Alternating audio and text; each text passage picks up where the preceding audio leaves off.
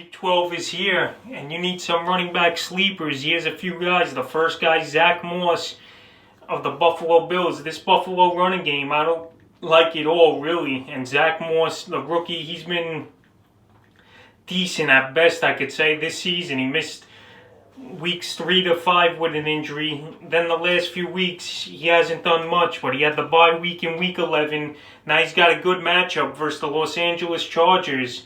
And Moss, he's been getting about the same workload as Devin Singletary, or even more. But this Buffalo team, they don't like to run the ball a lot. It's more Josh Allen running and throwing himself. But Moss this week, I think he could find the end zone with a cheap goal-line touchdown versus the Chargers, who give up the 4th most fantasy points to running back. So I think he'll get in the end zone, and he could get you 12 to 15 points. And as a guy, as a flex or a sleeper here, it's not a bad option. And Moss, he's available still in 36% of leagues, but he's probably not available in most leagues, especially the 12 to 14. The second guy I like as a sleeper is Todd Johnson of the New York Jets. We know Michael Piron, he went on IR now, and he's going to be out at least 3 weeks. And Todd Johnson, he was a highly touted running back that the Lions had, but they just cut him loose this year, and the Jets picked him up. Frank Gore, I know he's the starter there, but it's time for the Jets to play the young kids. They're 0-10.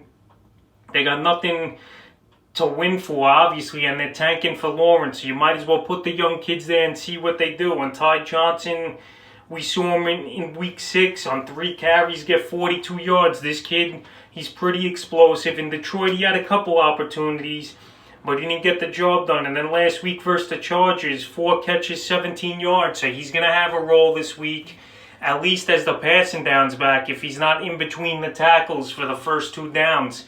So Todd Johnson, he's a guy available universally in 100% of fantasy leagues. And he's a guy I could put in my lineup, I think, as a sleeper. And he could have a decent 8 to 10 point game versus the Miami Dolphins this week. So that's Todd Johnson. And the third and final guy is Justice Hill of the Baltimore Ravens. This game was supposed to be played here on Thanksgiving Day today, but instead, with all the COVID positive tests on that Baltimore team, it got moved to Sunday afternoon at 1:15. But Justice Hill, he's going to be the passing downs back.